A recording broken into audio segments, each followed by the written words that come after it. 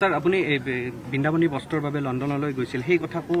গৌৰৱ গগৈয়ে কটাক্ষ কৰিছে তেওঁ কৈছে আপুনি লণ্ডনলৈ গৈ ভাল পায় আৰে হেতু মই তাৰমানে বৃন্দাবনী বস্ত্ৰখন আনিব নালাগে তেওঁ লাজ নাই নেকি যে বৃন্দাবনী বস্ত্ৰ অনাকো সমালোচনা কৰে তাৰমানে তেওঁ মহাপুৰুষ শ্ৰীমন্ত শংকৰদেৱকো সন্মান নকৰে বৃন্দাবনী বস্ত্ৰকো সন্মান নকৰে তাৰমানে তেওঁ নিজে বুজাই দিলে যে মই এটা পাকিস্তানী এজেন্ট হয় আজি 4 মাহ ধৰি তেওঁ স্বীকাৰ কৰিলে যে মোৰ লৰা ব্ৰিটিছ হয় আজিলৈকে তো নাগৰিকত্বটো সলনি নকৰিলে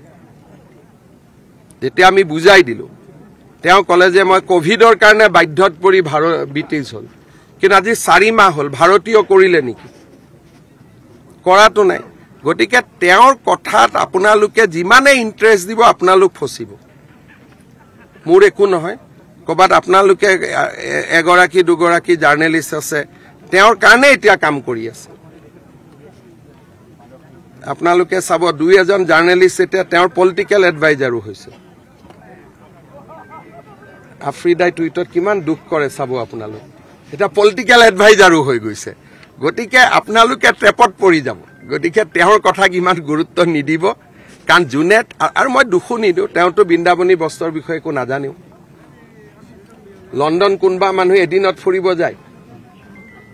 তেওঁৰ পাছপোৰ্টখন চাব তেওঁ লণ্ডন কেইদিনৰ কাৰণে যায় মই 8 ঘণ্টা 9 ঘণ্টাৰ কাৰণে যোৱা মানুহ গতিকে মোক এবিলাক কৈ লাভ নাই মোৰ ওপৰত যিমানে যি নহক কিয়